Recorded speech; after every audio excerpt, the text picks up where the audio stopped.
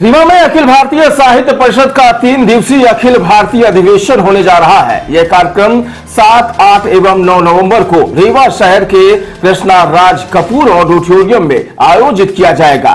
खास बात यह है कि अधिवेशन में देश भर के विभिन्न भाषाओं एवं बोलियों के 1000 से अधिक साहित्यकार प्रतिनिधि सहभागिता करने वाले हैं।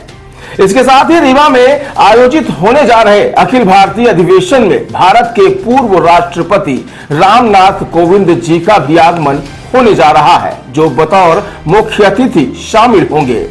दरअसल उक्त आशय की जानकारी आज अखिल भारतीय साहित्य परिषद के द्वारा आयोजित की गई प्रेस कॉन्फ्रेंस के दौरान दी गई। अधिवेशन संयोजक चंद्रकांत तिवारी, प्रांत महामंत्री महाकौशल ने बताया कि हम सबके लिए सौभाग्य की बात है कि रीवा में 3 दिनों तक संपूर्ण भारत का एक अलौकिक दृश्य देखने को मिलेगा।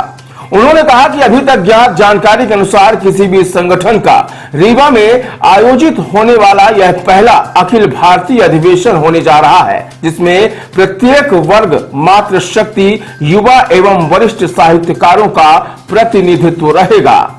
बताया गया कि 3 दिवसीय अधिवेशन का 7 नवंबर को दोपहर 3 बजे से उद्घाटन सत्र शुरू होगा। इसके उपरांत शाम 5:30 बजे रीवा नगर के प्रमुख मार्गों से होकर शोभा यात्रा निकाली जाएगी। लोगों ने सतना से भी साहित्यकारों को रीवा लाने की व्यवस्था की है। जो लोग सीधे रीवा रेल मार्ग से अथवा बस मार्ग से पहुंचेंगे, उनको रेलवे स्टेशन और बस स्टैंड से कार्यक्रम स्थल तक लाने की व्यवस्था की है। और उसके बाद आवास स्थल और कार्यक्रम स्थल, चूँकि अलग अलग जगह है, जैसा कि मैंने बताया कि आवास स्थल सरस्वती स्कूल निराला नगर, सरस्वती स्कूल जेल मार्ग, अवधेश प्रताप सिंह विश्वविद्यालय का गेस्ट हाउस, छात्रावास, इस तरह का आवास है, तो वहाँ से भी कार्यक्रम स्थल तक ले आने के लिए आवागमन की व्यवस्था है। 1200 लोग बाहर से ही आ रहे हैं? नहीं, उसमें लगभग 1000 लोग बाहर से आ रहे हैं। कुल पंजीयन हमारे 1200 हैं, जिसमें हम रीवा और सतना को स्थानीय मान रहे हैं। रीवा सतना सीधी को स्थानीय मान रहे हैं। कुल मिलाकर 1200 पंजीयन है। पत्रकारों के लिए क्या कहते हैं? पत्रकारों के लिए तो बहुत अच्छी व्यवस्था रही भाई साहब। हम लोगों ने उनके लिए अलग से भोजन व्यवस्था 3 दिन 4 दिन के लिए सबके लिए कवरेज के लिए मैं वही बता रहा था। कवरेज के लिए एक मीडिया का कक्ष हम अलग से बनाया हुआ हमने वहाँ पे, जो हमारा अतिथि कक्ष रहेगा उसके समानांतर बगल में मीडिया कक्ष हमने अलग से बनाया हुआ है। और अपने पत्रकार बंधुओं को बैठने की व्यवस्था के लिए भी अलग से व्यवस्था किए हुए हैं। जैसा कि हम आपको बता चुके हैं और फिर से बताना चाहते हैं कि जो हमारे देश भर से अतिथि आ रहे हैं, उनमें से 20 के आसपास पद्म भूषण विभूषण पुरस्कार प्राप्त साहित्यकार भी रहेंगे और विशिष्ट अतिथि हमारे आते रहेंगे। उन सब से आपकी बातचीत के लिए हमने अलग व्यवस्था की है, आप बातचीत कर पाएँ। कवि सम्मेलन भी होगा? बिल्कुल, 7 नवंबर की रात को कवि सम्मेलन होगा।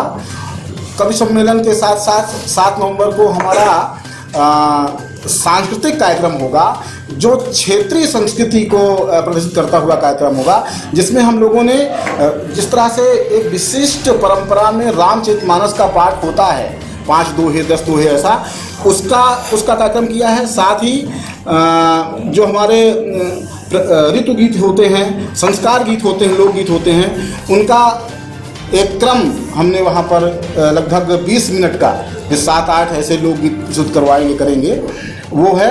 और साथ में अहिरहाई लोक नृत्य, इस तरह से 1.5 घंटे का इस सांस्कृतिक कार्यक्रम भी साथ को है। 8 तारीख को रात में पूरे देश भर से जो अलग अलग भाषाओं और बोलियों के साहित्यकार रहेंगे, उनका कवि सम्मेलन 8 तारीख को सर्वभाषा कवि सम्मेलन हम लोगों ने कहा है, वो होगा।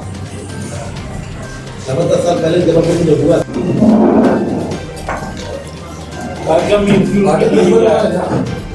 के लिए ऑडिटोरियम जी आने के लिए क्या जैसा, हाँ बिल्कुल, जैसा कि मैंने बताया कि देश के कोने कोने साहित्यकार आ रहे हैं,